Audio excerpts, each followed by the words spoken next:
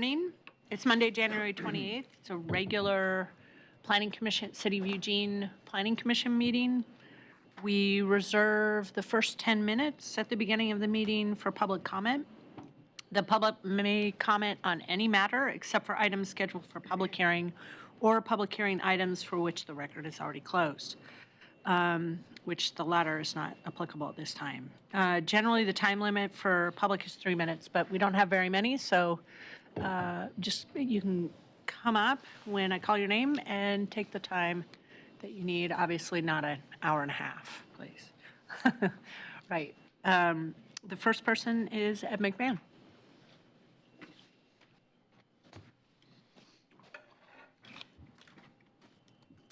Good day, Planning Commissioners. Feeling optimistic today. With the transportation SDC increase that we recently experienced and with the construction excise tax still being discussed, it's nice to be able to witness some activity that may turn the knob in the other direction.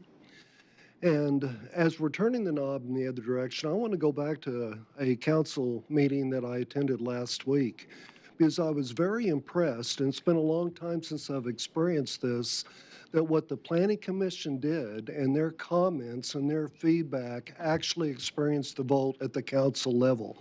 In my opinion, being there and witnessing it, I think the 7-0 and the 6-1 votes played a major role in the almost unanimous decision to support what we're doing.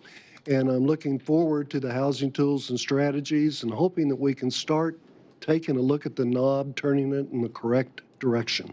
Thank you. Appreciate the work that you do. Thank you for the work you do. Okay. Todd Boyle. Good morning, everybody. First of all, I want to report back on the question about a month ago. I mentioned that the people were building tiny houses on wheels all over town, and so you asked me to go and ask some of them how much they've costed. And all 5 of the ones that I talked to cost between $10,000 and $15,000 to build. And that depended pretty much on the quality of the trailer frame that they would have purchased and, you know, how luxurious they went with the, and so anyway, these are self-built. The one that was built by a contractor was $25,000, so it was $10,000 more for the contractor. So secondly, there's been a lot of action on the homeless front. You know, the TAC report came out, and I was looking on the map here to see where the Planning Commission is going to build 36,000 more units of low-income housing, or whatever, somehow enable cheap, low-income housing types. And so my main point that I'd like to make this morning is that in considering low-income housing types, it'll be important that not just to allow cheaper housing to be built, but that it also has to have the other component. Somehow it's reserved for low-income people. And often, not often, but some of the projects, let's say the MUPTI grant or the projects that are built under HUD grant and so on, will have features to make sure that they're reserved for low-income housing. But it's kind of an ad hoc approach. And when you talk about allowing ADUs and things like this, hoping to help low-income people, well, anyway, the people that I've been talking with on the Facebook groups sort of have a consensus that just making ADUs possible, even if they're built cheaply, their rents are going to run up to market, and it's not going to end up helping low-income people. So just to repeat the problem, there are 36,000 people living on less than $1,000 a month, and they're supposed to pay 1/3 of their income for housing, and that would be $350 a month, or the best of them. And that translates into a capital cost of around $50,000, I mean, something like that. And so you're talking tiny houses, trailers, building conversions, all this sort of thing. And so, you know, I don't know how you're going to realize or manifest thousands and thousands of units that cost $50,000, but that's pretty much what you need to do. You need to figure out how those can be built cheaply and then how they can be reserved for low-income people. So what I'm going to suggest is somehow the Planning Commission connect with the county, and they have a desk where people submit their applications for low-income housing. They vet people who want low-income housing, they come up there. Well, that is a place where you could say, we're gonna set aside parts of the city for low-income housing. And the new zoning type is gonna be LIH dash something. And what that means is that you can build, you get special exemptions on SDCs, and you get this and that concession, but we're only gonna do it because we have a low-income housing problem. And so it's only gonna be for people who go down to the county and fill in that form over there at that database. So you see what I'm saying, is that that would be a systematic way to make progress on low-income housing, not have it go to market, and have it be reserved for low-income people. Thank you. Thank you.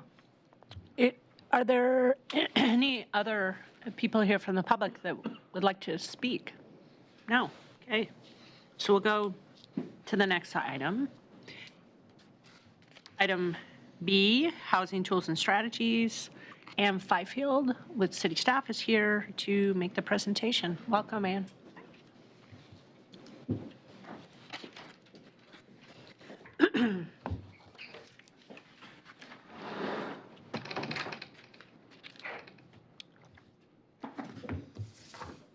Thanks for having me. I'm Ann Fifield from the Community Development Division. Do I need that closer, No, I'm Robin? just going to aim it at you. There you go. All right, thank you. Sure. Okay, so on the Housing Tools and Strategies project, staff was last here to update you on that project on December 10th, if my records are correct, which was the day we actually took it to City Council that night as well. So this is the first time I've been back to talk to you since Council got the information that we gave them. We did a big presentation for them on December 10th, and then we came back to them on December 12th. At that second meeting, staff provided council with a short matrix of proposed actions, the proposed actions matrix. It's in your packet that you got for today's meeting. It's a 3-page document that took the recommended actions from the working group, blended them with recommended actions that we received from Better Housing Together, and separated them into 3 categories.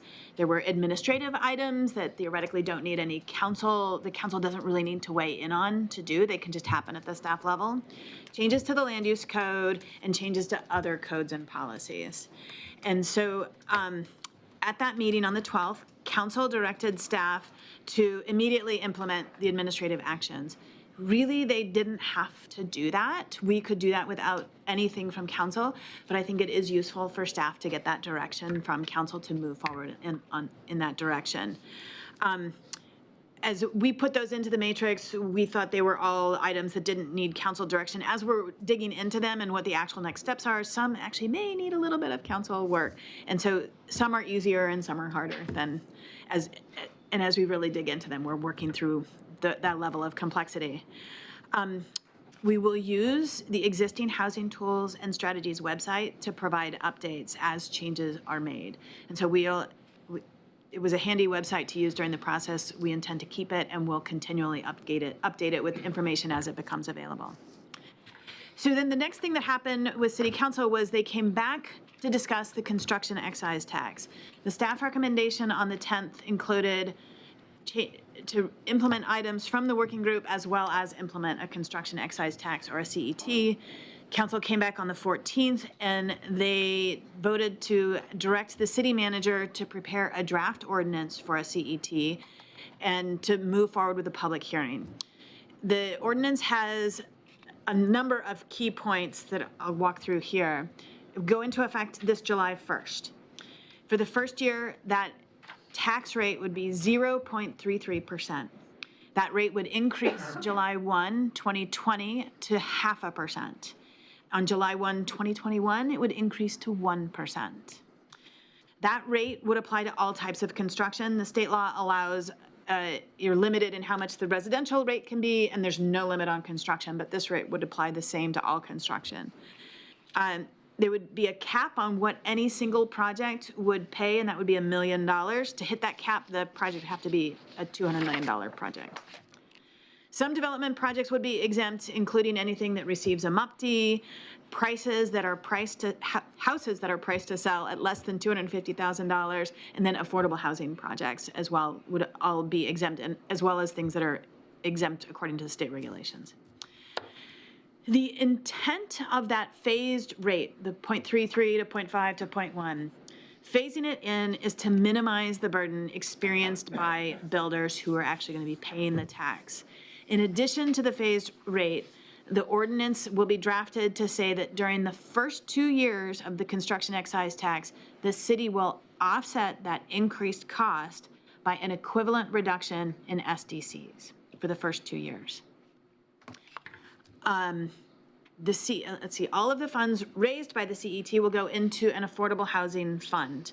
In addition to the revenue generated by the CET from new construction, the ordinance requires the city to contribute $500,000 a year to that affordable housing fund.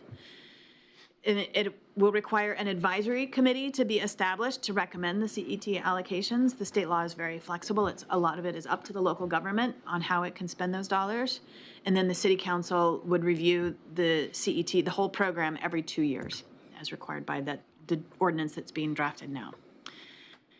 And so council also asked staff to come back to them before spring break with more detailed information from the recommended actions that came out of the Housing Tools and Strategies Working Group. And so we're scheduled to go back to council on March 13th, which I think is their last date before they take their spring break. And at that meeting, we plan to take those individual actions that came out of the Housing Tools and Strategies Working Groups and better define and describe them. The recommended actions were really simple summary statements, very little flesh on the bones. And so they also didn't provide a clear set of next steps for council to take. And so we're working on taking those recommended actions right now and better defining them, identifying what the clear direction is for council to do next. And so essentially putting more flesh on the bones of those simple actions so that the council has more direction and it's more clear what we would actually be doing to implement those actions.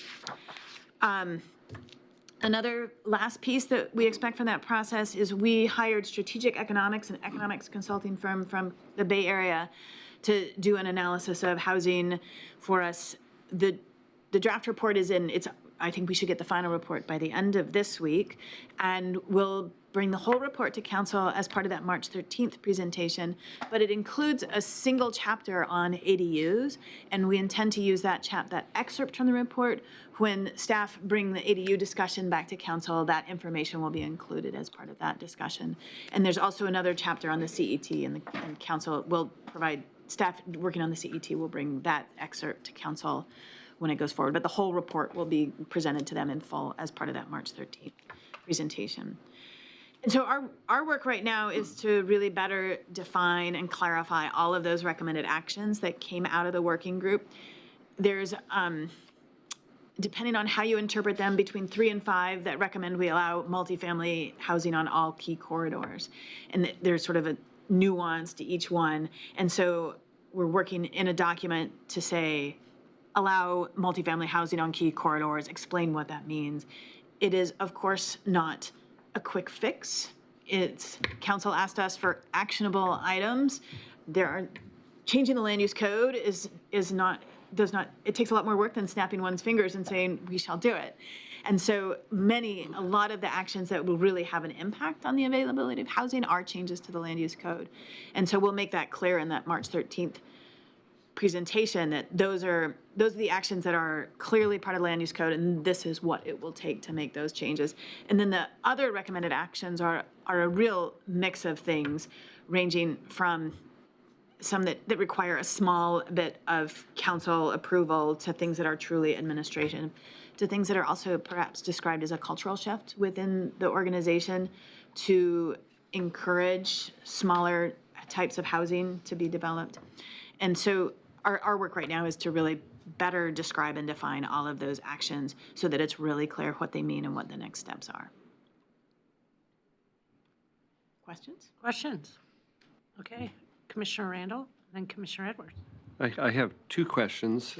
First question, I was noticing with the projects that would be exempted from the CET being affordable housing projects, those receiving MUPD, and houses priced less than $250,000.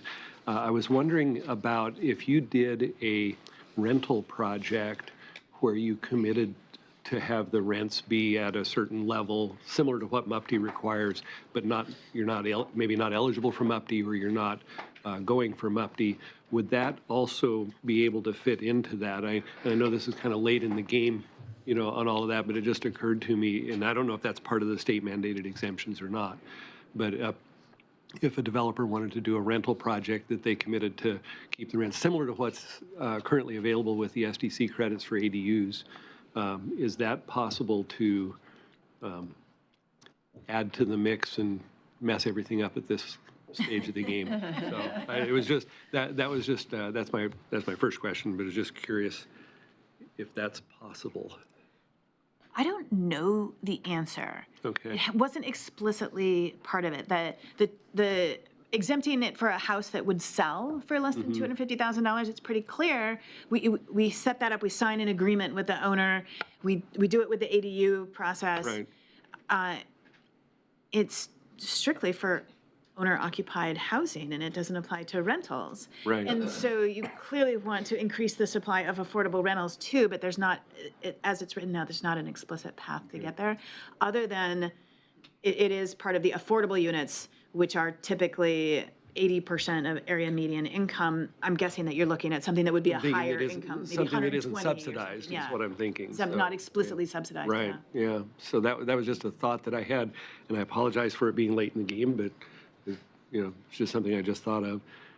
I'll bring it back to the staff who are working on the implementation and ask, because I think it's would be a good thing to ask. Thank you. Then the second question, I think, is quicker. On the SDC reductions, when you give those, is there a particular SDC category that's coming from? Is it just across the board? Have they decided yet? The language hasn't been written, but my understanding is it would be prorated. If you had a $10,000 CET tax, and you would prorate, take it out a little bit of the water, a little bit of the transportation. Pretty much across the board rather than out of one particular. That's how it's been discussed, but it hasn't been, the legal language hasn't been written yet. Okay, thank you. Commissioner Edwards. Thank you. So a couple of questions, and they're all related to the CET. So Ann, was it strategic economics that did the kind of analysis that was presented at the Housing Tools and Strategies? Correct. Okay. So in that presentation, very specifically, there were at least one type of missing middle for which the 1% caused it to fall below the threshold of financial feasibility. There was no data that really could support, other than, they asked the question, why 1%? What does this 1% magic number represent? Because no other communities had necessarily had it implemented long enough to be able to, reap the benefits, to really be able to, analyze the success. Ben's at 0.33 was known to have had a significant impact, and they had, literally turned $3 million into 30 with investments. So my question is, will there be an opportunity before this 1% would kick in July of 2021 for them to have a more thorough analysis to see whether other communities have been experiencing success at that rate, whether that is the right number to go to at that point? I'm just kind of curious, or will it just automatically kick in at 1%? The proposed ordinance includes every 2 years a review by council, and that would be in July 2021. So which is basically the same time. Yeah.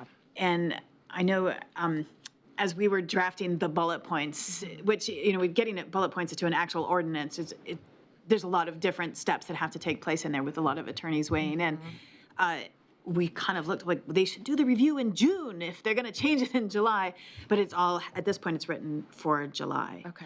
And then I will clarify, on the strategic economics analysis that looked at the financial feasibility, they looked at 4 different housing types.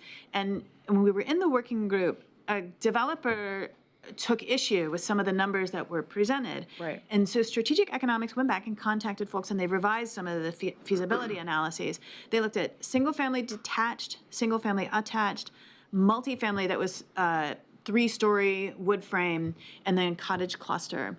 Right. And what that analysis showed was that both the single-family attached and detached are financially feasible, now. You add a 1% CET and they continue to be financially feasible. There's enough profit in there for them to continue to be financially feasible. The 3-story multifamily showed that they're sort of barely financially feasible today. You add the 1% CET and it shifts it to not being feasible. And that's data that changed the outcome is less feasible than what they had showed back in November, I think, when they presented that data in the presentation at the meeting. Cottage clusters, the analysis shows that they are not financially feasible today, and the 1% CET decreases the financial feasibility. So, and that's their report, that chapter, and that makes it really clear how the different costs weigh into that. Okay, and so just as a follow-up, the work that came out of the Housing Tools and Strategies work group, the recommendations that came out, really were designed to be implemented in concert with, a CET so that as we're, taxing the industry to build this fund for affordable housing, that we are also kind of lowering things for the industry so that we don't have a negative impact. If we experience a recession, which is predicted between now and 2021, my question really is like, do we have a backstop that would say, whoop, this isn't the right thing right now. We just went through a recession. We just raised, taxes over here and over there or whatever. And I just want to know what the mechanism, or if they're considering something that would at least have us evaluate all of the other places that, potentially could be having that impact. Like, did we actually move the needle enough with the Housing Tools and Strategies work and all of those, 83 things that came of that? Are those actually making a difference? Or are we going to just, are we in trouble because we just committed to a 1% and that maybe isn't the right number? So I guess that's my biggest concern, is just having something in place. In the way that council is scheduled to come every 2 years to look at the CET, there isn't written into anything that they will come back and look at all of the other 83 items every 2 years to assess them. At this point, it's simply through the staff procedure of providing information on the website about what we've done to lower costs, to improve processes. There's not a specific policy-oriented procedure to check in on those.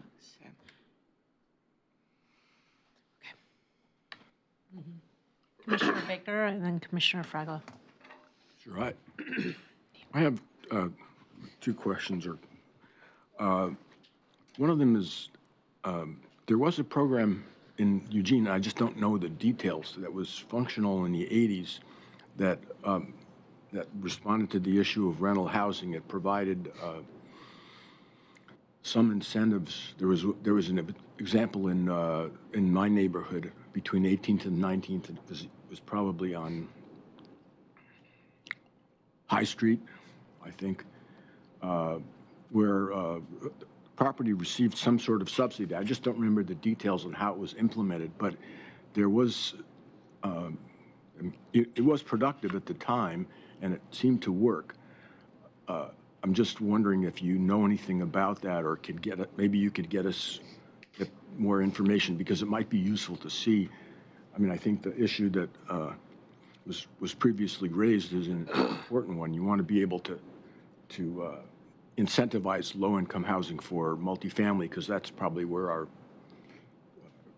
we'll get the biggest impact, given the number of the costs are generally lower and so forth per unit. So anyway, there was a program that worked, because I know this property that was in it till like early 90s. I mean, maybe early into 2003 or 4, and then its 20-year period ran out, and then I don't know what happened then. I assume that the rents could go to market level, but there was a 20-year period, where the rents were at a very low level, and so were affordable by low-income people. So anyway, that was just if you knew anything about that, or. I don't know. Okay. I do know from working with the affordable housing team, a lot of the federal dollars have declined in absolute dollars. Even if you don't, when you when you adjust them for inflation, they've really declined, but even without adjusting for inflation, they've declined. And we've had an increase in population. And so there are fewer resources across a bigger community. And sometimes they'll focus their resources where they think they can get the biggest bang for the buck. And that's the point of the CET, is to pick up some of those programs that have been effective in the past that we're not getting through our federal allocation anymore. I can follow up. I can ask the housing opportunities folks what. I don't remember what the name of the program was, but I know a site. I know one of the sites that was involved with it, and in fact, they moved some of the. I think it was actually maybe more than one site. They moved some of the old Amazon barracks when they were demolishing that and building the new site. They moved some of those in between 18th and 19th. It was on property that originally was planned for freeway. And then once the city decided they weren't going to put the freeway in there at 18th and 19th, there was some property that was sold off. And some of them were new units, but some of them were actually rehabilitated. On High Street? Between 18th and 19th. It's between, I think it'd be between. Across from South Eugene. Yeah. Oh, okay, those okay. Well, no, there was one that was built too. There were some that were moved, but there was one that was, as I recall, built brand new by a developer too. So there were several aspects there that. So it sounds like it's just, right now, we're just advising staff that there might be some tools that they should look Yeah, like there they've might be used in some the past. examples there of things that worked in the past that might work in.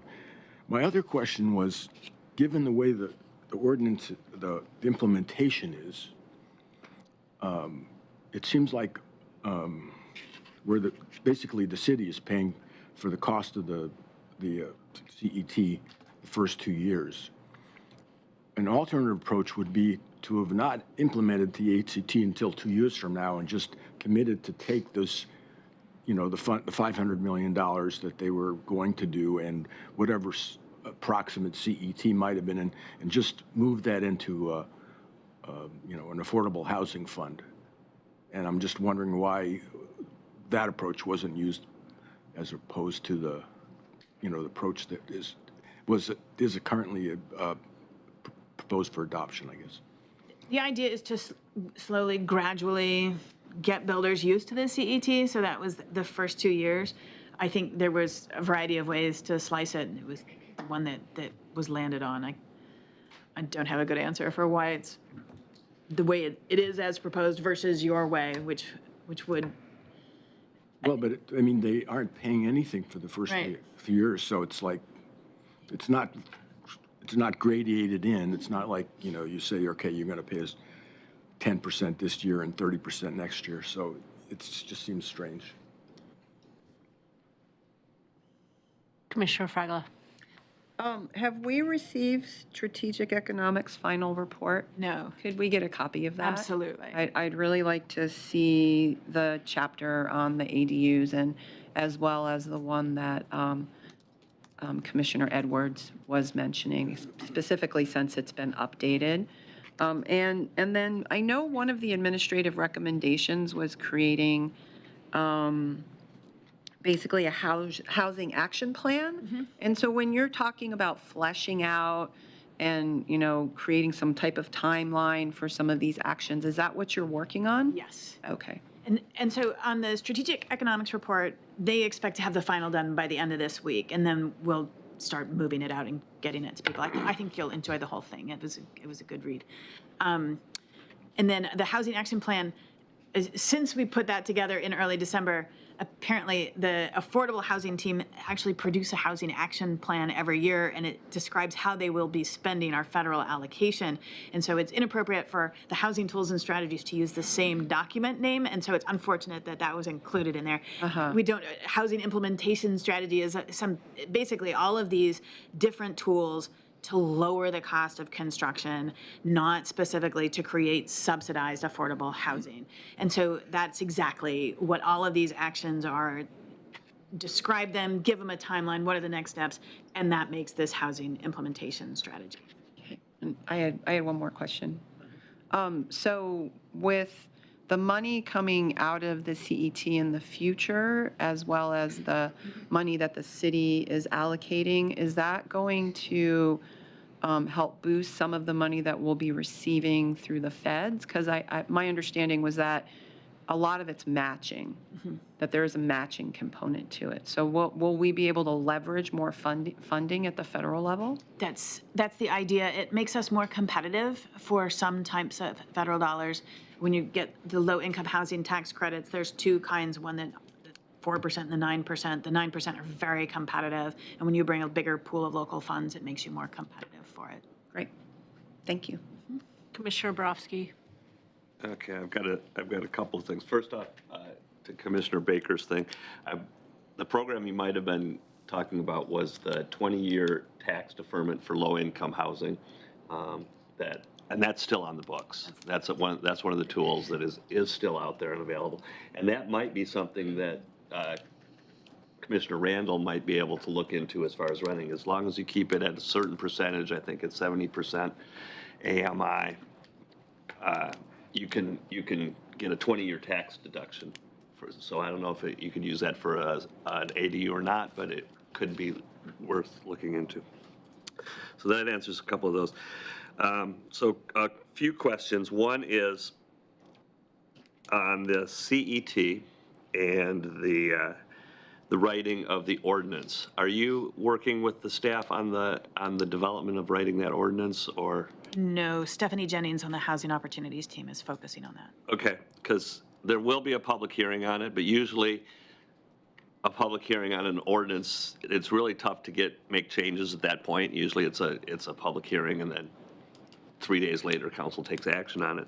So one of the things that I'm concerned about on that is it says that house is priced at $250,000. Anytime you put a specific dollar amount into an ordinance and don't have an inflation component to it, it becomes moot in 5 years. So I think that that's very important that be included. We've seen that on other things. We've seen that on the SDC waivers. It was put in, and it just doesn't ratchet up at the level that's needed. So I think that needs to be addressed before it gets to the fully written ordinance. And I'm just curious, do you think that has anybody looked to see if there would be an incident where the CET would be greater than somebody's SDCs? I guess I'd be very surprised, because the SDCs make up a bigger chunk than 1%. I've heard people complain they get up to 10% of total costs. However, if you're building on a site where there was already a building and you get SDC credits, right, I guess that's possible. So I think that would be something to What look happens? into. That is a very good into question. the ordinance, Yes. Because if somebody's getting let's say you're redoing a property that has a buttload of SDC credits, and you're not getting and you're building an expensive project, you may end up paying the CET and not being offset. So if the idea is to offset the charge of the SDCs, make sure that that's taken care of. Then my next question goes to the next steps on the code writing thing, and what and when the Planning Commission's role will be as far as some of those going on. I look at those, I see putting multifamily, concentrating multifamily along key corridors. That's something that we have talked about, and the importance of the transitions between the multifamily and single-family residential areas that we've dealt with, and I think it's something that would be appropriate to be brought back here, because if we're writing code and just says, okay, build multifamily along 6th and 7th and 11th and these corridors, there's unintended consequences that we need to look at. And I think, so I'm just wondering what role you see the Planning Commission's and timeline for those before and after council. Well, that's probably better answered by planning staff than me, since I've never actually been through a land use code change. And the whole thing looks quite daunting, really. Yeah, It'll be the standard process. yeah, I mean, any time there's a change to the code, obviously, planning commission is going to be deeply involved in that process. Yeah, I'm not, like, what are you thinking about? Well, I mean, she mentioned that, you know, the administrative ones, they're starting to implement. They're going to council on the right before break with the second batch of what these are our intentions to move these forwards in the next steps of those types of things. Are you going to bring that back to us and have us look at that before you go to council with those next steps? Or are you going to take them to council? You know, as Mr. McMahon said, council does appreciate what we do and what we look at. And if you're taking them to council and they've got a 45-minute work session and they say, go ahead, do that, that's different than having 7 trained eyes look at it and then go to council.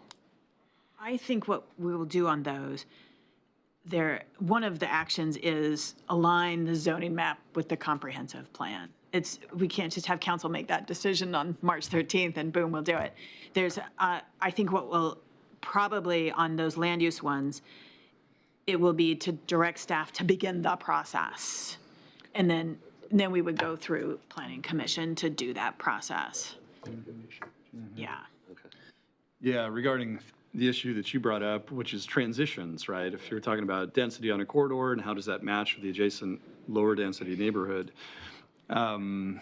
anything that has to do with actual code around that there's going to be public process, there's going to be planning commission, then there's going to be council.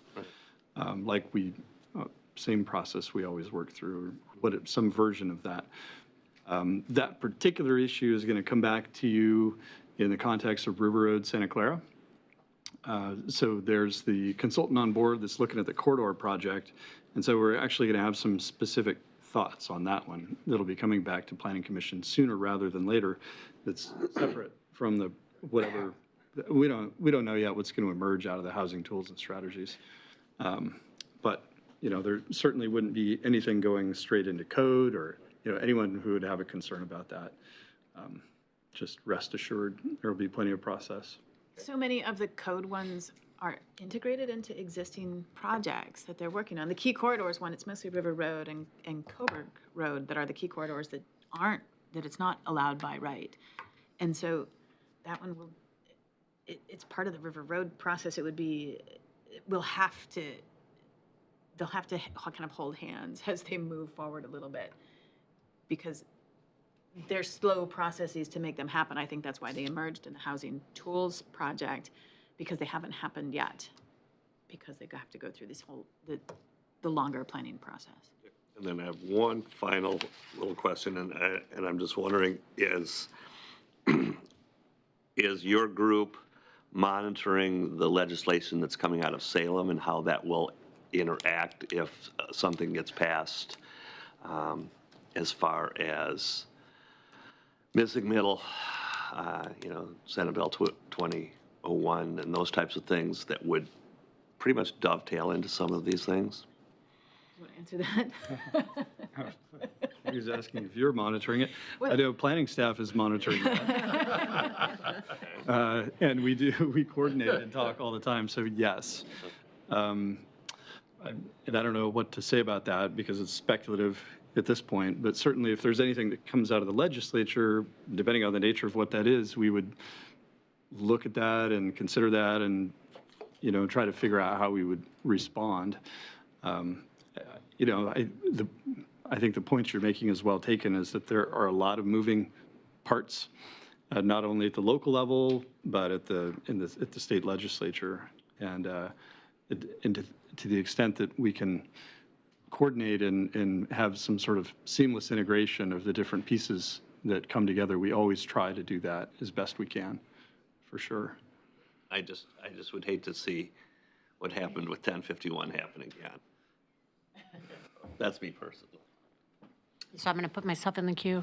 I had a similar question as Commissioner Baker, and I just want to follow up one more item, and I feel like I should know this answer, but what does staff have, and you don't have to go into the details, has there been a thoughtful understanding of that offset SDC, and then what's going to happen with where that SDC money usually goes? Obviously, there are other things happening throughout the city that those SDCs cover. And is there a plan to actually then take care of those things? Or for 2 years, we're just The gonna- plan is to backfill the SDC fund, so from the general fund.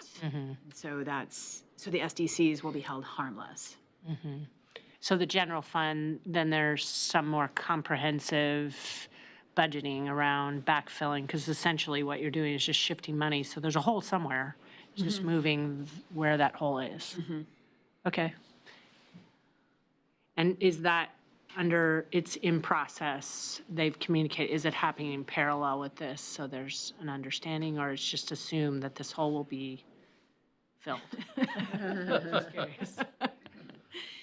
It is in process at the executive level to make sure that the budgeting works out between the 3 different buckets. Commissioner Edwards, then I'm going to let Commissioner Ramey go because you haven't gone yet. I haven't, but I have a very simple, well, maybe not simple question. Can you direct me to, I'm sure this exists somewhere already, how the money is actually going to be spent? From this construction excise Right. tax? No, because it hasn't been set up yet. There will be an advisory committee established, and they will figure out how the money will be spent. So it was a simple question that didn't have an obvious No. answer. But there must be, so can I look at Bend? How does Bend spend the money? I mean, somebody must have looked somewhere and said, this is a good idea, let's do it. So where did they? In Bend, they have a committee that's made up of a diverse group of folks, like affordable housing providers as well as developers, and I think it's a regular it's an ongoing discussion, and the law was written very flexibly, and so it is very much up to the local government, and we could do what Bend did, or we can do it differently. It hasn't been set yet. Okay. Commissioner Edwards and then Commissioner Baker. Just a quick comment that just to address Commissioner Baker's question about why are we doing this now and not 2 years, I think the key there is the leverage, so that when we have a CET in place, we're then able to leverage funds from outside, and we wouldn't have that unless we have a CET. But my question was in regards to, the 12 things that are kind of administrative, what type of updates will we maybe expect, or will maybe council even expect? Because in looking at them, they're a little ambiguous. I can't quite tell, how will we know this is we've gone ahead and we're doing this now? Makes sense. We're working to take away some of that ambiguity, Okay. because some of them, as we've started to dig into them, we've kind of looked at them and scratched our heads and we're like, Yeah. what does this mean? And so I've got a staff person who is essentially bird dogging those items. A lot of the changes are in the building and permit services. They're over in public works, and the staff person doing it is over in community development. And so we're working to understand what the processes are now that have come out as being like that the building community sees a problem with this process. How can we go about fixing it? We're working to understand what those are now, remove some of that ambiguity, and then provide updates on the website. I think some of them, there's one of the items that it really it describes truly a cultural shift. Instead of perceiving yourself as regulatory, encourage things. There's not a single process where you fix that and make it happen. We have to show that by making some of the other more measurable changes. Okay. And there's some that were from the list. She and I were just going through a lot of this stuff in the hour before this meeting, and there's a lot of room to better describe what that means. Okay. And so stay tuned. You had asked a question earlier, how do we know we're achieving this? And what the impact is. If we move forward on some of those individual items, we're not going to be able to measure the economic impact. It won't have that kind of clarity. It won't be that obvious. But I do think doing the things, reaching out to the building community and showing that we're doing those things will help communicate to the building community that the city is interested in encouraging missing middle housing and more affordable housing types that are difficult to build now, given our cost structure and various rules that we have. Commissioner Baker. Yeah, this question is probably more to Robin, but it was mentioned that aligning the zoning map with the Eugene plan. And part of that is the parcel-specific designation, because we have all these issues about stuff along the boundary that we, so I was just asking Robin for a status, and then I have another question that's what this, I know we had some meetings last year, I believe, and we talked about doing a pilot, but I just haven't heard anything. And since that might be a key element in some of these other policies, just wanted to check base. Yeah, the parcel-specific land use diagram, we're not really prepared to get into the details or anything, but it is in progress. That was one of the projects that came out as being on the list, and it's tied to some extent to the remaining chapters of the comprehensive plan that are also being updated. So we have kind of a nascent comprehensive plan with a few chapters in it, and we know that there are some chapters missing.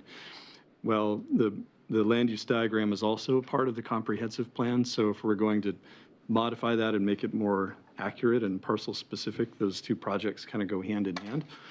So yeah, those are in progress. I don't have an update for you, but they're in progress. Okay, because there was more activity in the past about it than we had advisory meeting. Yeah, part of the situation, I'll be honest with you, is that the sort of the housing work that's been coming up, supporting this project, working on ADUs, what have you, has been diverting some of our resources away from that kind of work.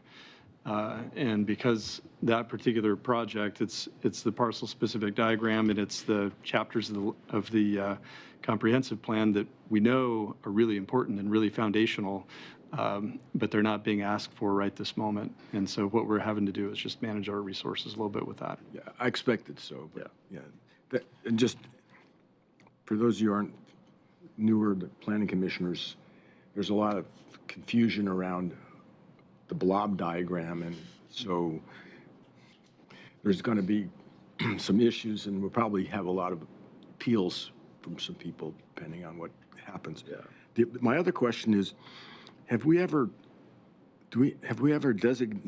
officially designated the key corridors, or do we have a process in place to do that and update it over time? It seems like if that's going to be a component of some of these other elements, we should have a clear.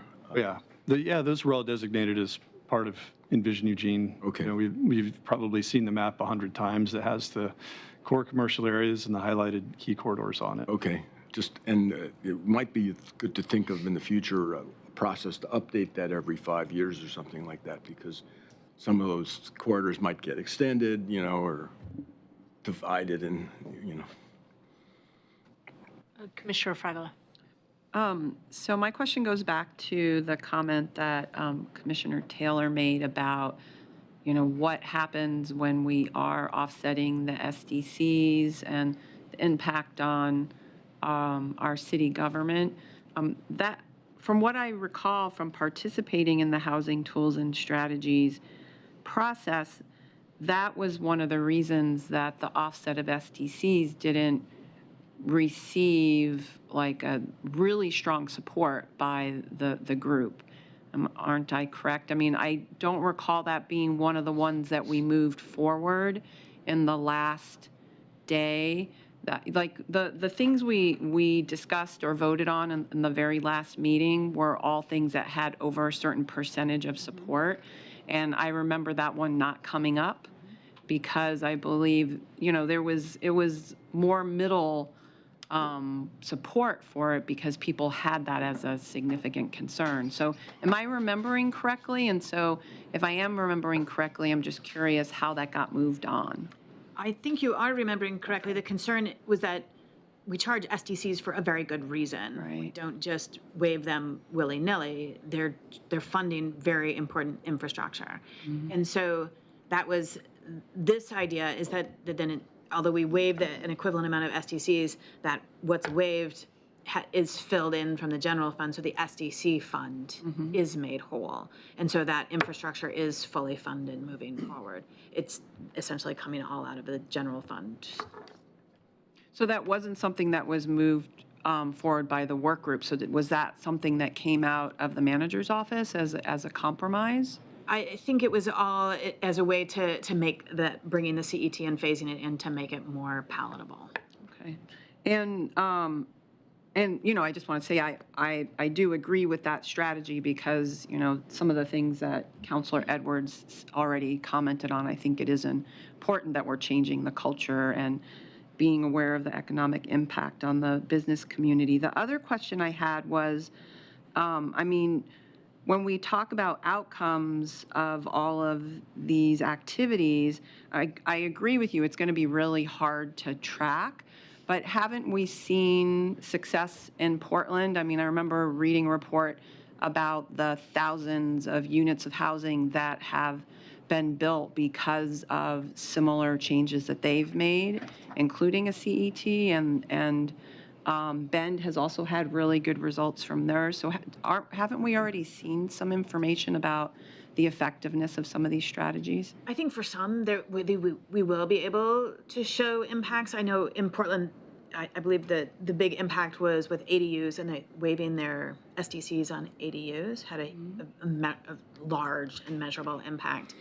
And we track the number of ADUs that are built today. And so using anything, how changes in building permit data changes, we'll report on that.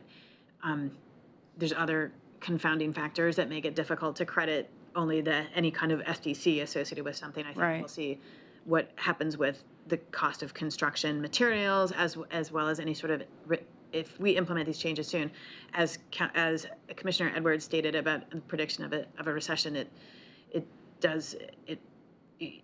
you will see, if we do see a recessionary period, we'll see less construction, and so it'll be hard to pull it all out.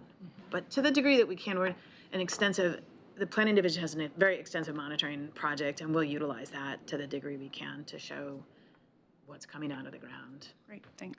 It's complex. It really is. Yeah. And just FYI, the growth monitoring program is in progress, and it's going to be a little while before it's up and running, so, yeah. Great, thank you.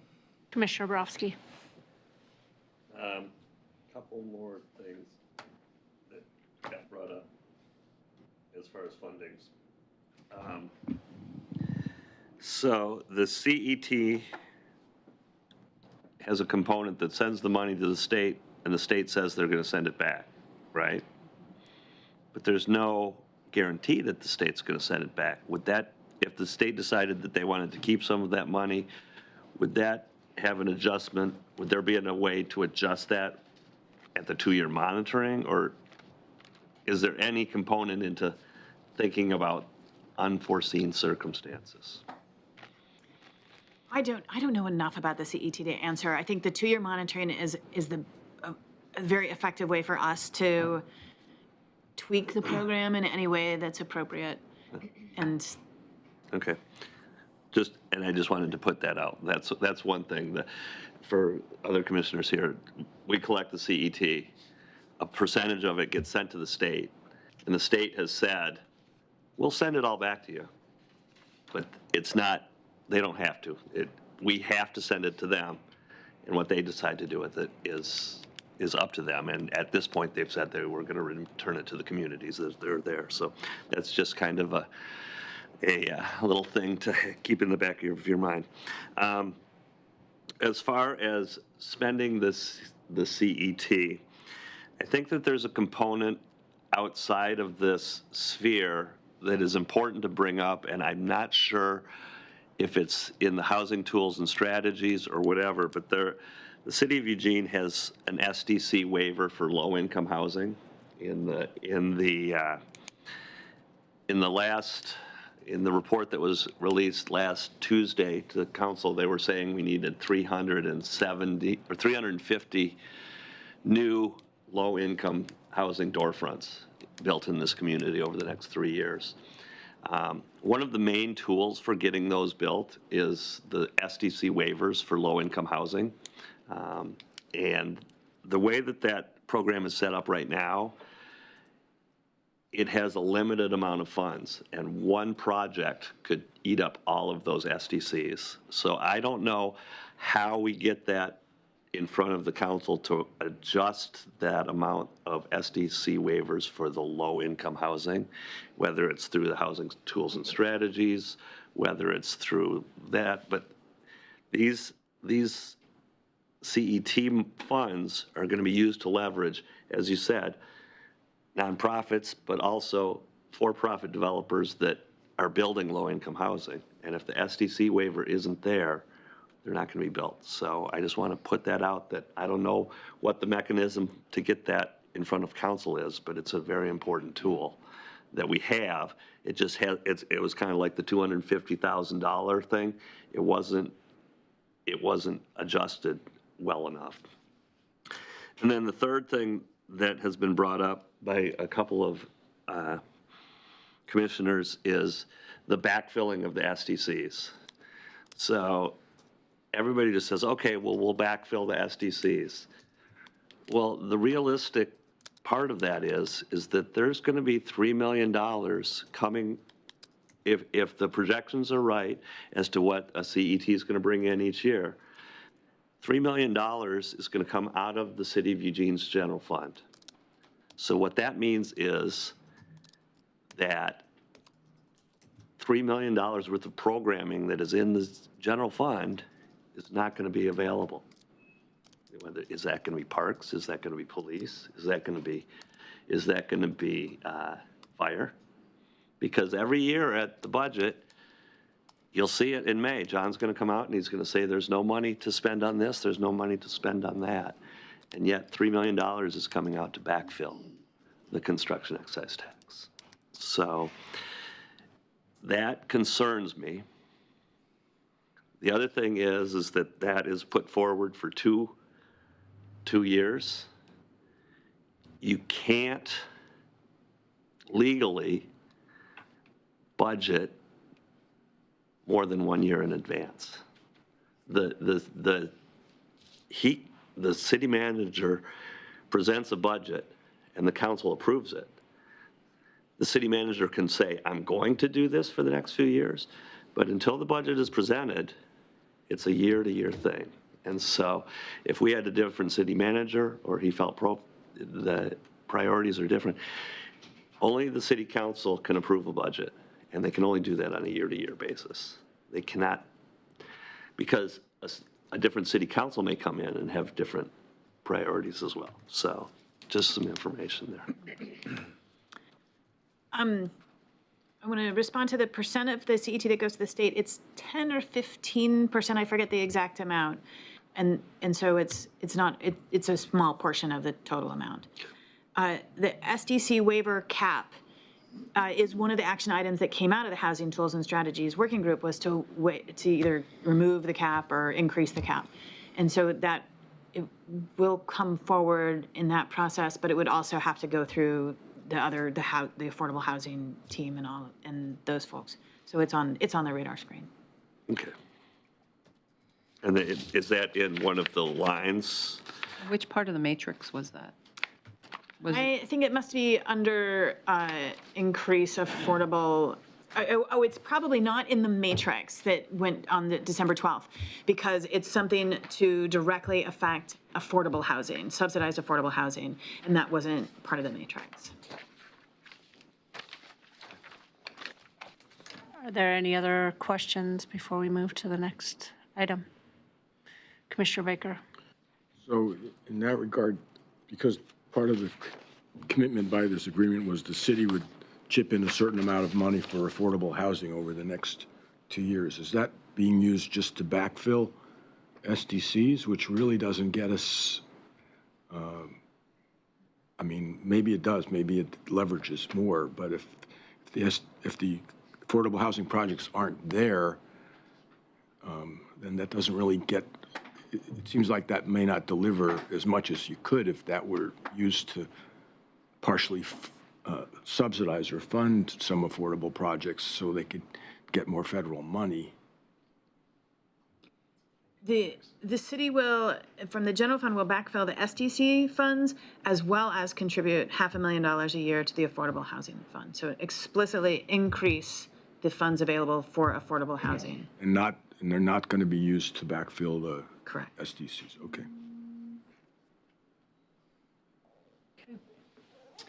Thank you. Oh, no, thank you, Ann. Thanks for having me. To warm up. We'll move to agenda, you want to grab your jacket? We'll move to agenda item C, items from commission and staff. Any other items from staff? Yeah, you want to start with staff? Sure. Or would you rather not? I'll let you get ready. Totally can. No, I think I'm ready. Okay. So let's see. Really, basically, the rest of the meeting is just items from commission and staff, so we don't have any additional major agenda items today. But one thing I did want to point out is that we're going to have a lot of stuff coming to Planning Commission. Sometimes there's kind of a crunch time where you've got, there may be an appeal coming our way. We've got clear and objective code review coming your way, which is going to be a pretty big lift, with also kind of a short timeline. We've got the downtown riverfront code amendments coming your way. Some of you may have heard that the agreement with the developer was signed last week. So with that signed agreement, it basically starts a clock for the city to do due diligence in preparing the site for the downtown riverfront development. And there's some code amendments that are associated with that are going to modify the code that you all worked on, and well, some of you worked on and adopted a few years ago. And that's on a fast track. So we're looking at potentially late March, maybe early April. We haven't done the scheduling yet to figure out how that's going to fit in, but that'll be coming your way. And the goal is to get that reviewed and get it on to council, and hopefully they can handle that before they go on break in July. So that's pretty quick. We've got the CIP coming to you, Capital Improvement Program, which is typically, it's administered through the Public Works. And so we'll have some colleagues from Public Works come in to present that to you and talk about that coming up. River Road Santa Clara will have an update coming to you, moving ahead, urban reserves. The list goes on. So there's a lot. Another piece which will be interesting, which is economic cartography, where we had the consultant called Urban 3 doing an analysis of where the revenue in our community comes from. And this part of the analysis will be where does the infrastructure cost go to in the city. And so you look at the costs and revenue, that'll be very interesting. So all that's going to happen just in the next few months. So it'll be pretty busy. I know that there have been a couple of polls that have come out to try to look for additional times to work things in. So I think our ability to hold on a regular twice-a-month schedule is going to be a little bit compromised in the next few months, and I apologize for that. I know it's a lot. So luckily, we've had a little bit of a break recently leading up to that, and I think one of our upcoming meetings we may also be canceling because not everything is going to be ready.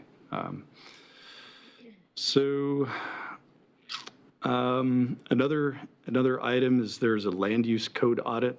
We got a grant from DLCD, and this is part of the Housing Tools and Strategies work. The state gave us, I think it's now $40,000 to audit portions of our land use code to look for barriers to housing, certain types of housing affordability. And because of the way the funding comes through DLCD, there's a requirement to have a committee working on that. And so the Planning Commission is the committee that we're going to be working with to look at that, rather than creating a whole new and administering a whole new committee. So I think there are 2 meetings. What that means is we'll be presenting the results of that work to you with question and answers and some guidance. And I think there's 2 work sessions that are going to be scheduled coming up to look at that. Is there any other information I need to pass along on that? We're starting this afternoon. Okay. That's going to get rolling here real soon. So that'll be interesting work. Let's see, what else have we got? Any questions on what I know I just fire hosed you guys with a bunch of stuff. Commissioner Baker Yep. and then Fregala. No, I just had a question regarding, because it's somewhat related to some of the things we've been talking about. I know that there was LCDC remanded back, something related to our, Accessory dwelling units? the first phase. Yeah. Could you give us some?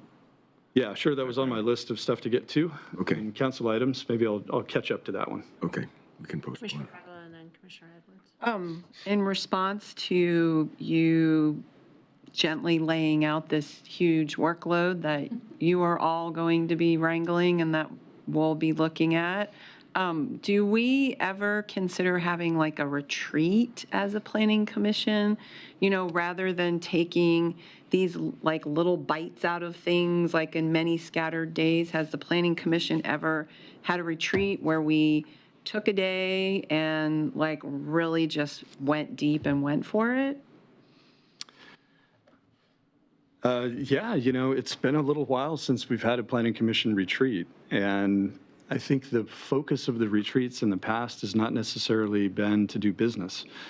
Because in order to do business, we have transparency and we have, public accountability. So we're all, and we do in the retreats as well.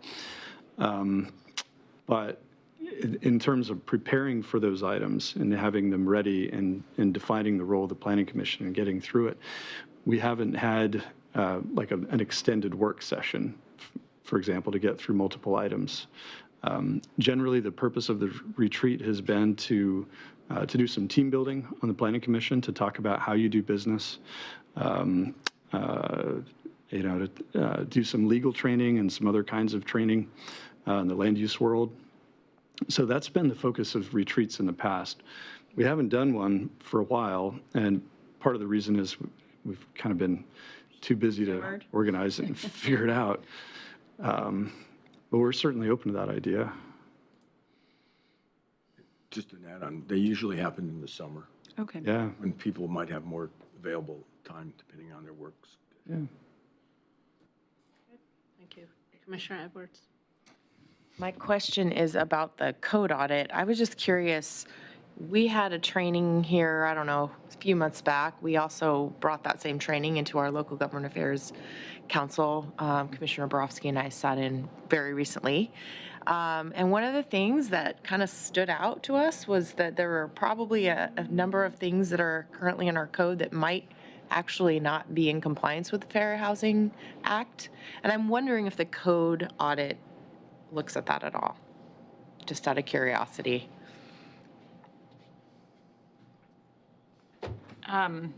It doesn't lay out fair housing as a topic. Okay. The code audit, as written under the DLCD funding, was to implement our city's identified housing needs, and those are already identified in our housing needs analysis. Portion of the funding was set aside for code audits to look for barriers to achieving our needed housing. Another portion was for code updates if you'd already done an audit.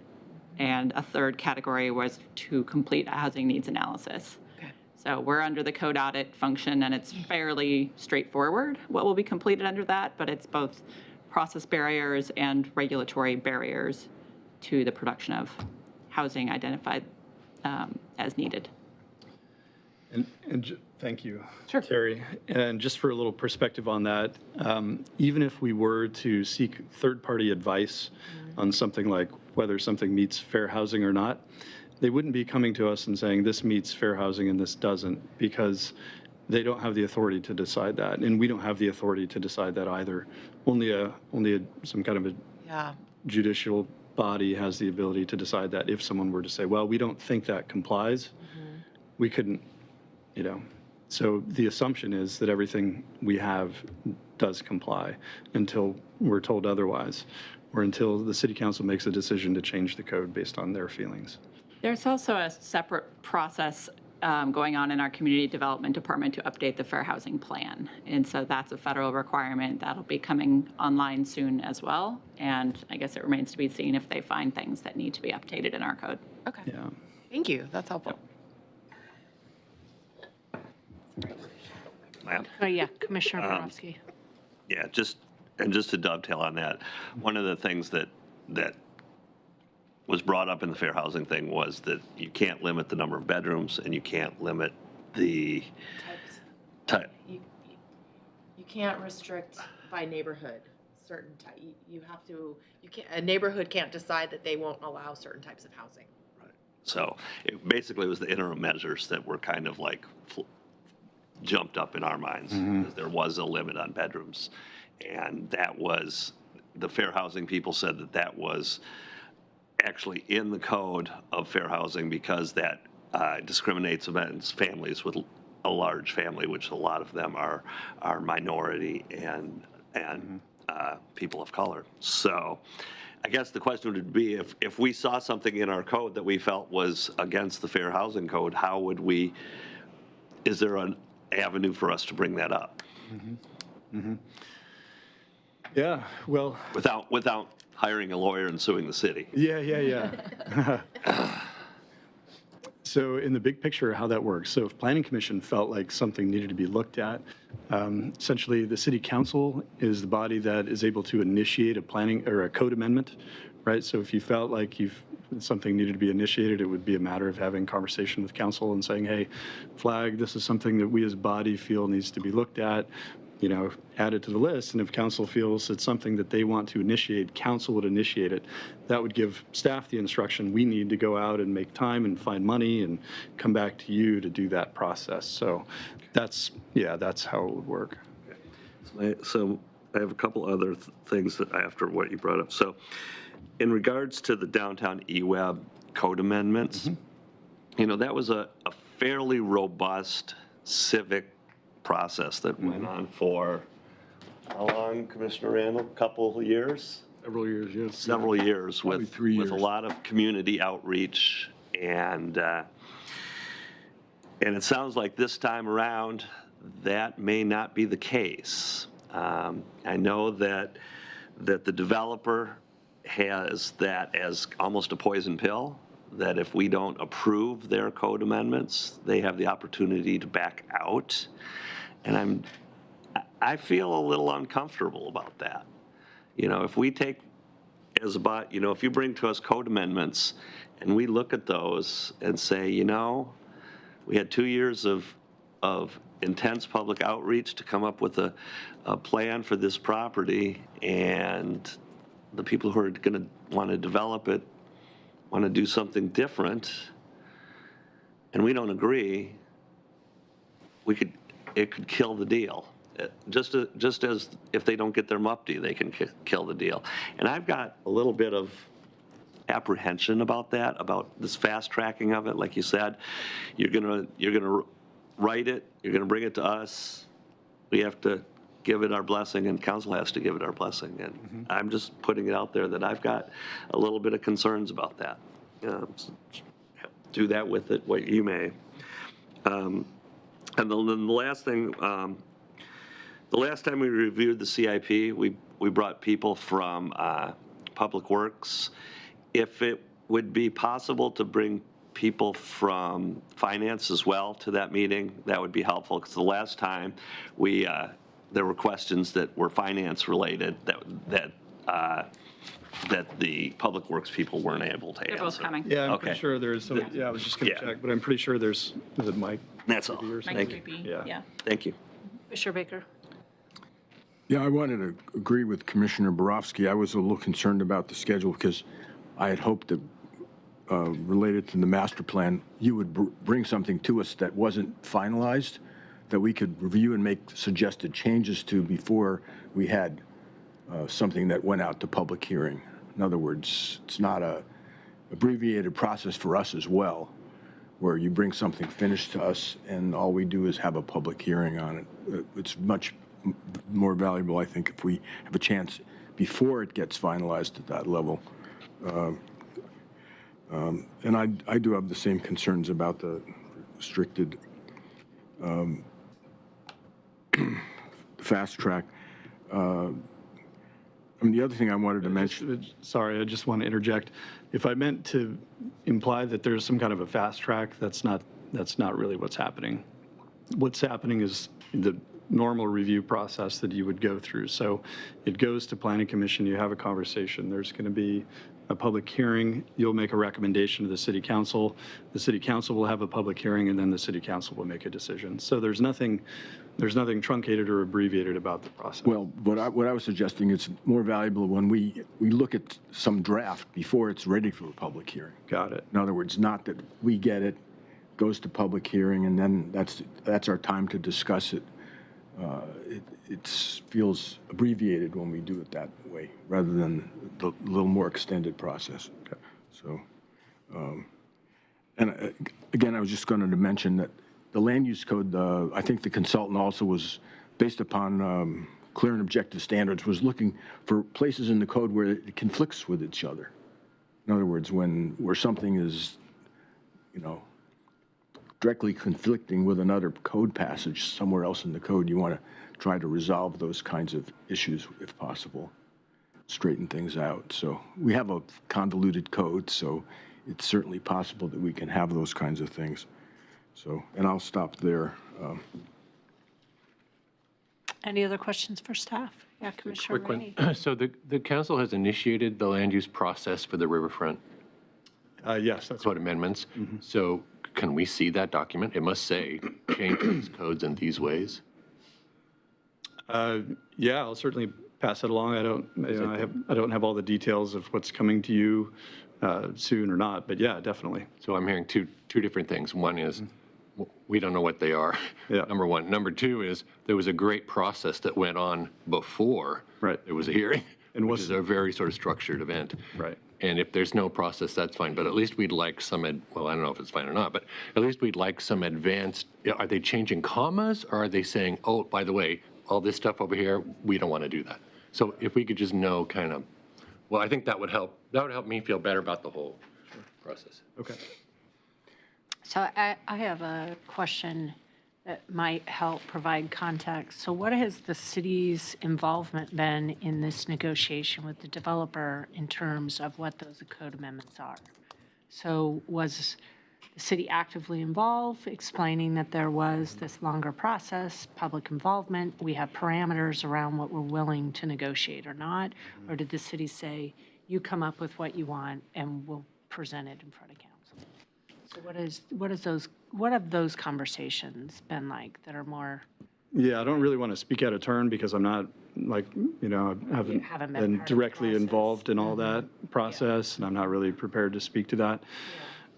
So I think we can come back to you in that process, and all that will be explained and clarified. Awesome, Yep. thank you, thank you. Commissioner Baker. I just wanted to remind you, you were going to get back to, you were going to talk, which I assume now was after we discussed the other things you were talking about the remand and what the nature of that remand. Yeah, correct. Yeah, so items from council, so last week. Let me, one second. So let me make sure, are there any Yeah. additional questions? That, I was waiting for additional questions, Okay. Commissioner Baker.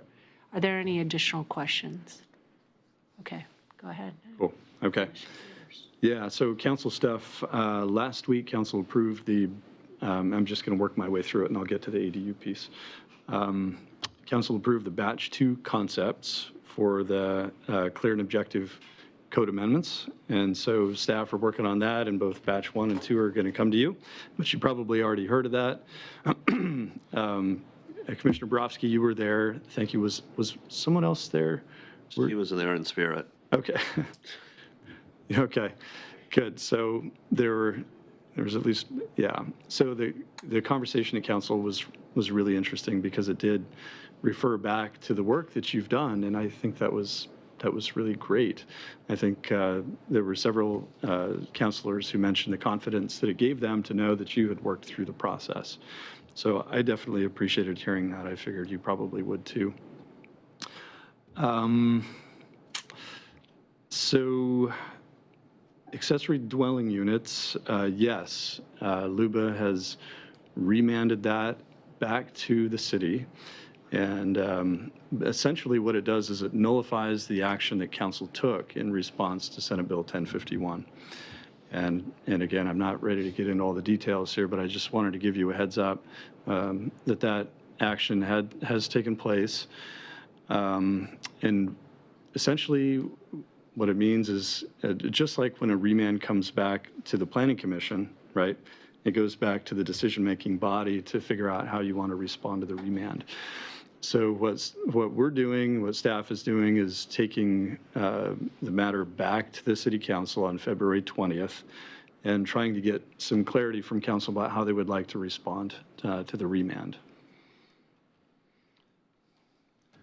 Commissioner Baker. Well, could you send us a copy of the LC, the LUBA remand, so we might review it in advance? I mean, again, this might affect some other determinations that we might make in related areas, so it's good to, know. I mean, because very often they'll approve, you see the votes and they approved 6 of 9, and these 3, they had some problems with the wording, or they were, that sort of thing.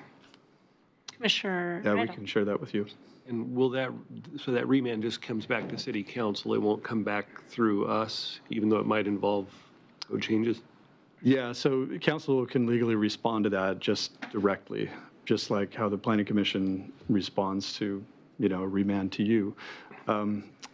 That said, they can choose to do whatever process they want around that, but that's generally how it works, yeah. Okay, any additional questions? Yeah, Commissioner Borofsky.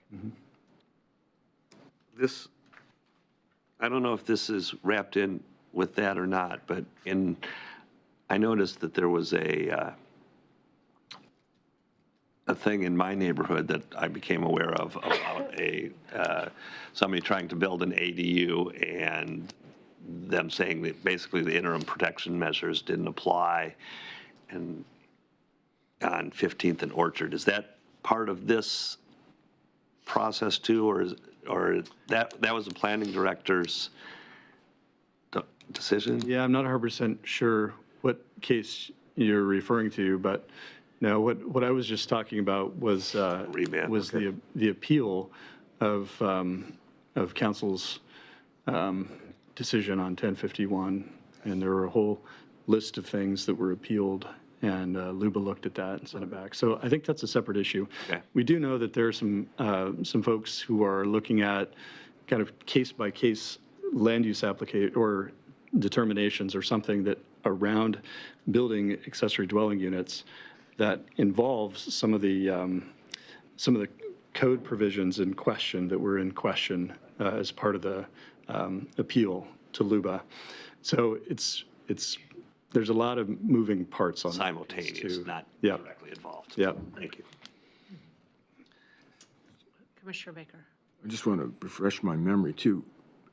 We did have the Planning Commission had public hearings and voted on the draft code changes for the first process of Senate Bill 1051. That's the thing that's been remanded? Correct. Okay. Yep. Okay. So I'm going to move to other items for commission. I have 2 items I want to bring up. One, I think this is a great opportunity Tom McMahon brought up, noted the same observation and thoughts around city council's ability to move forward. I think clear and objective might have been what you were talking about.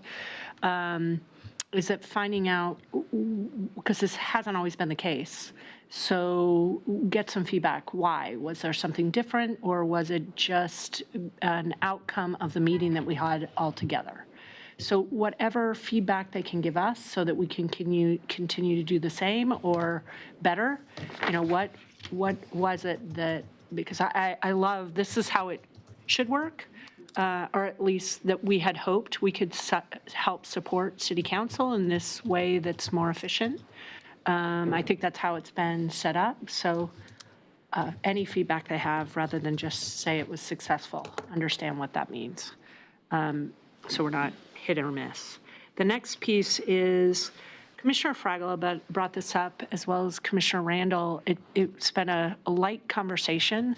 It's been brought up a couple times, is some guidelines around respectful communication. I know Commissioner Fragola said 4J has some language that they've adopted. I don't know if the city of Eugene does, but in email communication, any kind of public hearings, is so that we can take a look at what has been done, what is being done, and look at if it's being followed, is it effective? To my knowledge, we don't. I've never seen any such guidelines. What I can do is reach out to my colleagues in the city manager's office and see if maybe over the years there's been something developed or used by council. I don't know that such a thing exists. Perfect. Right now. Thank you. Commissioner Fragola, did you have something? Were you done with that? Yeah, that was it. I wanted to follow up on what you said about council's response. Oh, great. Sorry. I'll take comments on both. Sorry, I flipped the next one. Yeah, so I had a similar question, and it was great to hear that was the perception, and to hear it from both Ed and from you, Robin. And Tom McMahon. I do that way too often. So funny. Sorry. Sorry, Ed. Sorry, go ahead. And I was actually wondering, like, what is our follow-up with council? Like, when are we going to schedule another work session? Mm-hmm. When you look at that list of things that you just put out there, it feels to me like we should continue that process. That only felt like a start to me. Mm-hmm. And so I'm wondering what, I would love to hear their feedback, like what stood out for them on the way that we sent that forward. But I'd also like to know what we're going to continue doing going forward. Commissioner Borofsky. Well, I'll just give a little of my perspective of that meeting. And I do believe that the joint meeting that we had with them was the impetus behind the acceptance of our recommendations. Not the acceptance, but the more weight that they gave to our things. I think that the joint meeting was a learning process for them as well as for us. Commissioner Pryor, I think, was the biggest champion for the Planning Commission. He had in one of his 2-minute rounds, he gave kudos to the Planning Commission on, that we did hard work, and that for us to vote 6-1 or 5-2 or 7-0 on these things gave weight to him. And I think that helped turn the rest of the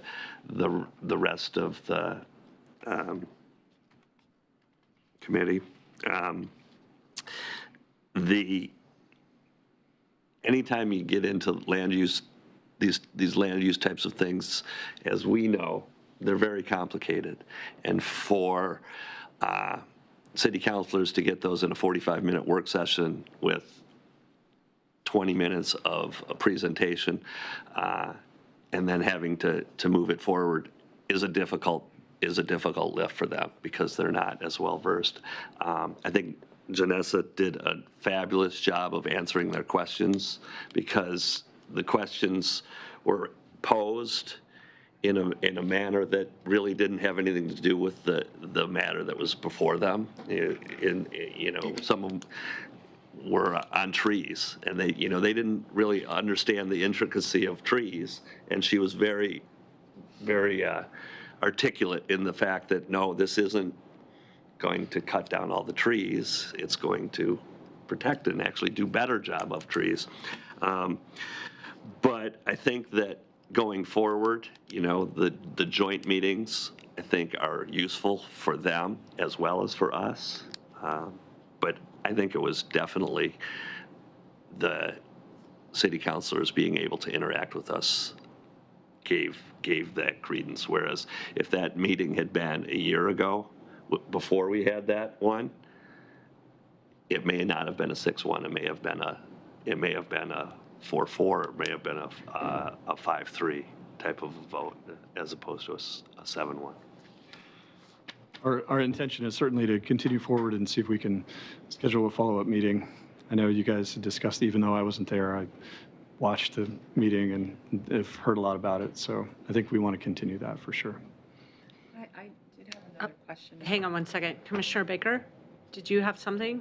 Oh, I was going to report on the Historic Review Board. Okay, yeah, hang on first. Yep. Commissioner Fragile. So thanks for the update on the ADUs. That was another thing I had. I had heard a rumor that the protected bike lane on High Street was there was a hold put on the project because of some pushback on impact by 1 or 2 businesses on that on that route. And so I was wondering what was going on with that project, because I feel like that's a really exciting project that is connecting, the Amazon bike path to the downtown waterfront project, which will then eventually connect to the economic development of Fifth and the Whitaker. And it seems like it's very in line with the goals and vision for the city. So I'm just curious what's going on with that project. Yeah, good question. I don't want to speak out of turn with my colleagues in Public Works, so I don't know the exact answer about that particular project. I can certainly reach out to them and check in and see if I could get you a response on that. Great, thanks. Commissioner Baker. Yeah, just to comment on that. There's a number of, I've spoken with a number of bicyclers, and I bicycle that don't think it's the way it's designed now is they consider it actually less safe than the current bike lane, which is on the left side of a car. It's very safe. So there is some concern from the bike community. I don't know how, what proportion of the community has that concern. But I think that issue has been raised. It's important, the concept of the continuous bike arrangement is an attractive one. So I'm sure that that's supported, but it's just sometimes it's implementation details. I was going to report back on the Historic Review Board. We had a meeting actually this last week on Thursday, I think. We had more people at the Historic Review Board than I've ever seen before. We had a public hearing and then a vote on the designating the Prees Trail on the other side of on the north side of the river as a city historic landmark. So we really had a lot of people testifying in favor of it, and it passed unanimously with some modest changes to the original proposal from the city staff that everyone thinks will make it better. So anyway, there's a lot of support in the city for running paths, at least for historic purposes. So I just wanted to pass that on. And again, May is Historic Preservation Month, and their plans are afoot to have a certain number of events during that month to highlight that, to get more people interested in preserving older and interesting structures and places. And for those of you that, well, what we consider historic is a rolling date. So what we consider historic is anything that's 50 years old or older. So that the buildings that we now consider historic weren't considered historic when I first came here in the 70s. You know, some of them were new buildings. So just it's interesting that you have a whole new cadre of potential buildings to look at to try to have some preservation go on of certain styles or types of buildings. One of the things that the Historic Review Board is considering is proposing a serious look at an older style of industrial building that was built in Eugene, probably starting in the late 1890s, but probably going up to the 1930s, which is industrial building where it was like masonry walls and like wood bow trusses or trusses of some kind that spanned the entire space. And there's examples of that all over town, like used to be the theater, but Lord Liebert Theater, and then it became, I think, Capitello Wines, but there's buildings like that all around, mostly in the industrial parts of town, but some elsewhere, like I think Tsunami would probably be another example of that. And there's another motor repair place that might be another example of that part of town. So anyway, that's just, you know, it's interesting, you know, just so there would be some effort to preserve some of those so they wouldn't all get replaced with new structures. Okay, Commissioner Randall, and then no, Commissioner Edwards, and then back to staff. Just real quick, tonight and Thursday night are the Franklin Boulevard Transformational Design. I have to go for my day job, so I just didn't want there to be any issues with quorum or anything like that. So I just want to make sure to put that out there because it was something that was forwarded to the Planning Commission. So. Okay. I'll be going to that. Okay. And of course, I'm going to let you go. Yes. Do you have to go right now? Robin has a couple items. I will not forget. Okay, just super briefly, back to the Planning Commission and Council coordination, there is actually a list of items that came out of that joint meeting that you had, and we've been looking at that list and doing things like, you know, if you take votes on things, we put that forward and let them know, characterizing the comments that you've made and characterizing the discussion that you've made. So all that's there, and we're trying to implement the agreements that you worked on with Council. Last item is Planning Commission recruitment. We do have one position open this year, and that's Commissioner Randall. And yeah, so we're going to be recruiting for that position beginning here very shortly. So planning commissioners, you are some of the best recruiters that we have. So if you know folks that are interested, please reach out, send them our way. And that's it. Okay, Commissioner Baker. Oh, just one item that I forgot. I was going to ask Commissioner Fraggle asked about some you know, things that we wanted to consider in the.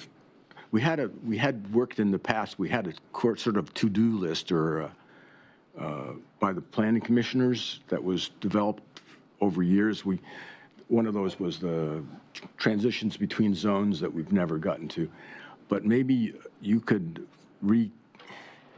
reconstitute that, send it around, and maybe if people wanted to contribute some new thoughts to that list, we could, you know, have that list, you know, sort of updated with some new ideas, because there are still some things on that list that would be good for us to deal with.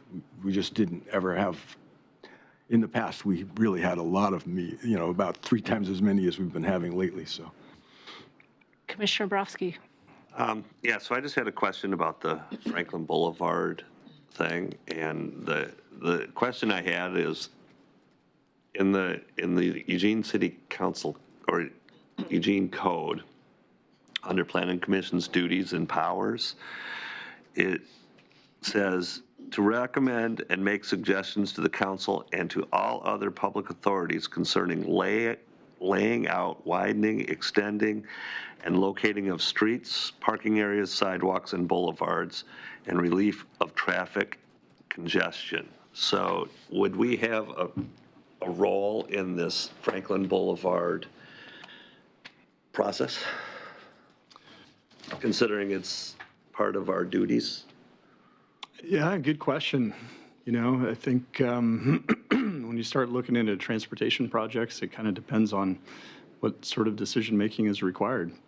Certainly, if you wanted to hear about and comment on the project, I can check in with my colleagues and see if I can get someone down to, I mean, I'm a geek and I know what the code says, and so, Yeah. you know, when it's written that way, that kind of, to me, says everything that they're talking about at Franklin Boulevard. well, yeah, you could interpret that in a lot of different ways. So it kind of, I'll talk to my colleagues in Public Works and, Thank you. yep, you bet. Commissioner Baker.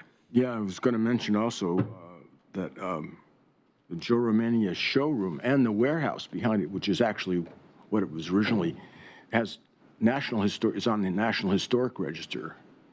And apparently it got that because of the building, the warehouse, not for the showroom, because it has historic significance. So anyways, you know, I assume the Historic Review Board might be involved in any,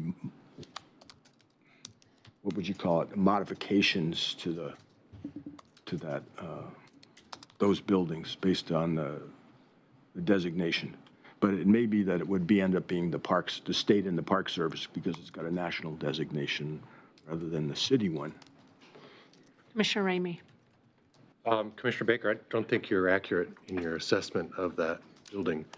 My understanding is the showroom itself is what qualified as the registered structure.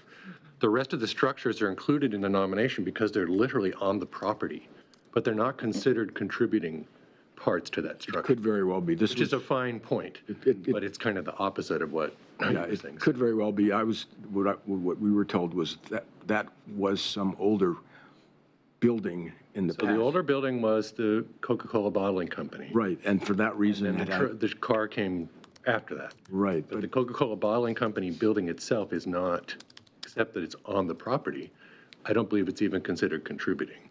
I think it's a well, non-contributing. again, this is what was told to us, that there's like 4 or 5 ways to get historic. And one of them is having some history associated with it, Right. like the Coca-Cola bottle. So we don't Can I recommend, at this point, I think probably what's good is to go to the Historic Preservation website and get the Right. information. get the application. And this is a really good time to remember, just as planning commissioners, we're televised. So, at times when you're not the authority actually referencing where you can find information, because, unless your notes are impeccable, but making sure that, Robin, I think, has modeled it well. I can't answer it now. I'm going to check with Public Works.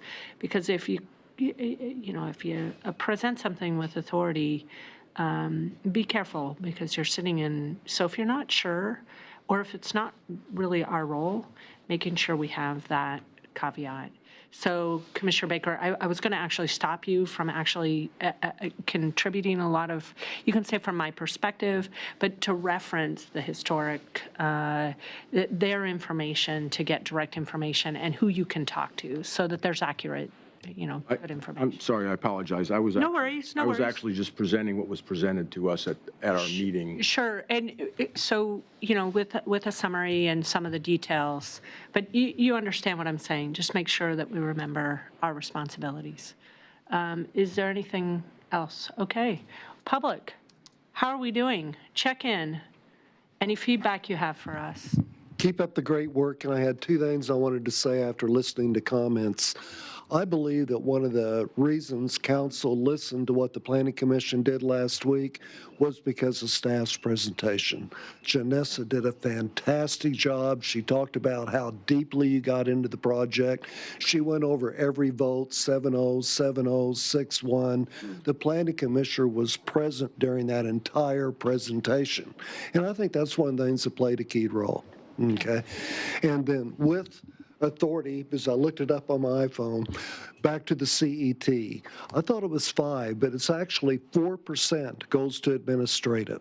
And then 15% goes to housing community, or Oregon Housing Community Services Agency, and that's 15%. It's supposed to come back locally, but only for home ownership opportunities.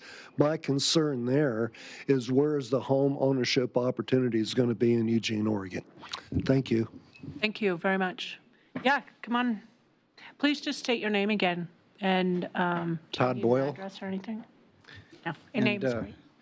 I was kind of surprised that the ADU remand wasn't discussed in its details at this meeting due to the time need for that. But also the issue of how many people are in the low-income category. At 25% of the area median income, that's 36,000 people are below $1,000 a month. And the scale of that is like billions and billions of dollars, and which is about 1,000 times more than the scale of this CET. And so I just feel that there's a little bit of straining at gnats while swallowing camels. And we need to increase the urgency to deal with the large numbers of people who need cheap housing at the $50,000 level. Thank you. Thank you. Is there anybody else? Jeff? Okay. So I think that's it for today. Thank you. We'll see you next time.